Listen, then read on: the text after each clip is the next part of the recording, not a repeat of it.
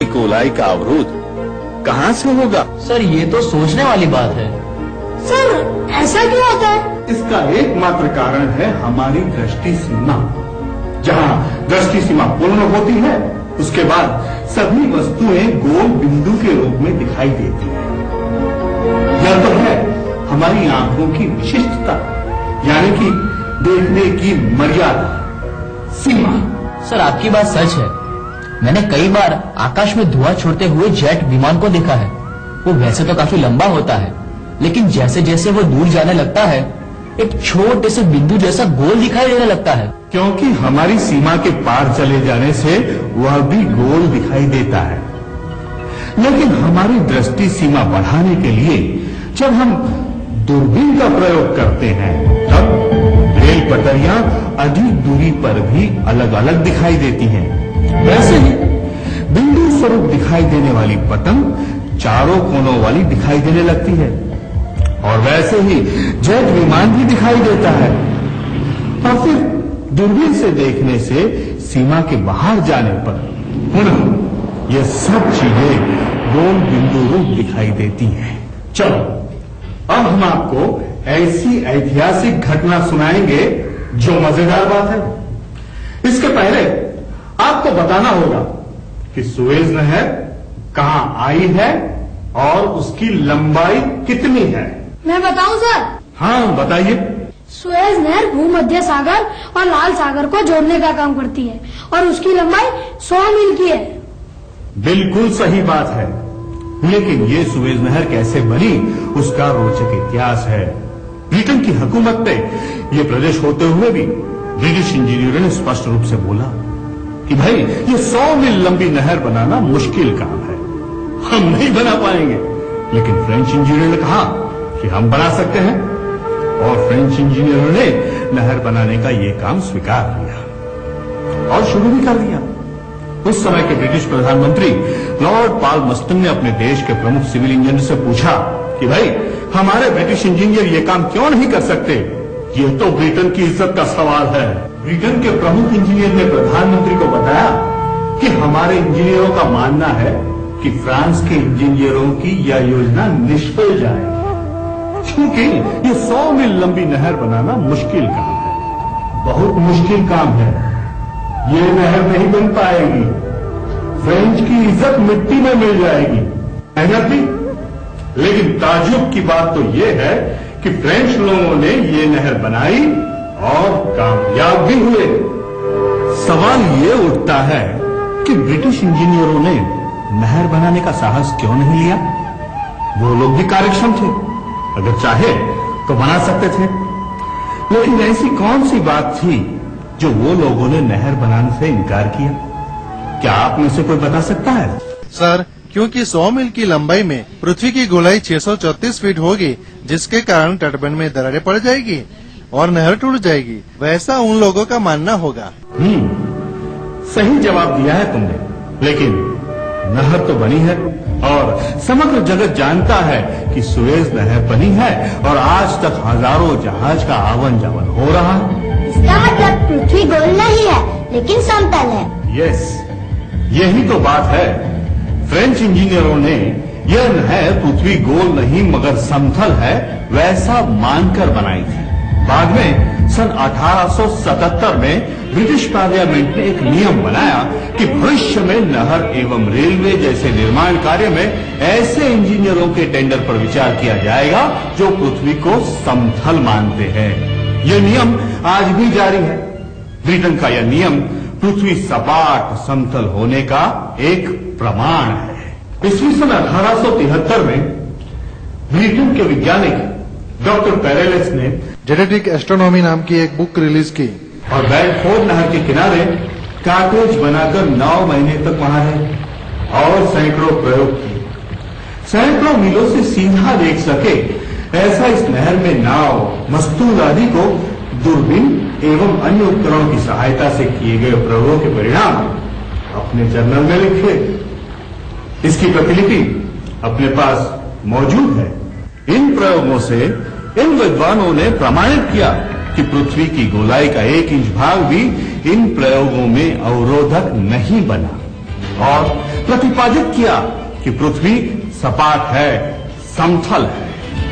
Sir, आधुनिक भूगोल में इस प्रयोगों का उल्लेख क्यों नहीं है? यह एक आश्चर्य की बात है, लेकिन होगा, हमें विश्वास है। अभी हम एक दूसरी ऐतिहासिक बात करेंगे। चीन की दीवार संसार की सबसे लंबी दीवार है, जो 40 फीट ऊंची, 23 फीट चौड़ी है, बराबर। यह दीवार उस समय कैसे बनाई होगी? यह आश्चर्य की बात है। आज के इंजीनियर भी कल्पना नहीं कर सकते।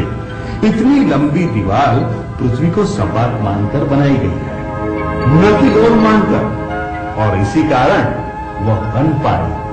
यदि पृथ्वी को गोल माना जाता तो यदि पृथ्वी गोल होती तो नहीं बन पाती। वाल्केश्वर मुंबई में हमने पत्रकारों के सामने ये बात रखी और चुनौती दी कि पृथ्वी की गोलाई के संबंधित हम समझ सके वैसा एक भी प्रमाण दिया जाए तो 1 लाख रुपयों का इनाम दिया जाएगा। किंतु इसे प्रमाणित करने के लिए आज तक कोई नहीं आया है। हमारी चुनौती आज भी जारी है। बोलो, आपको इनाम जीतना है? देखो, पृथ्वी गोल नहीं है, समतल है। ये बात वैज्ञानिक तरीकों से हो। अभी हम ये बताएंगे कि पृथ्वी कितनी विशाल है। इतनी विशाल है कि जहां आज तक कोई नहीं पहुंच सकता। यह चित्र को ध्यान से देखो। बर्फ के पहाड़ों के मध्य स्लेज गाड़ी द्वारा यात्रा की जा रही है। कैप्टन जे रास ने कैप्टन द फ्रेसियर के साथ दक्षिण महासागर में दक्षिण ध्रुव प्रदेश में 30 अक्षांश पर बर्फ के पहाड़ों पर स्लेज गाड़ी से यात्रा का प्रारंभ किया। उन्होंने एक ही दिशा में 40,000 मील की यात्रा की। 4 वर्ष तक लगातार कठिन और अत्यंत मुश्किल यात्रा की, फिर भी दीवार का दूसरा सिरा न मिला। आखिर 40,000 मील की वापसी यात्रा करके वापस लौट आए।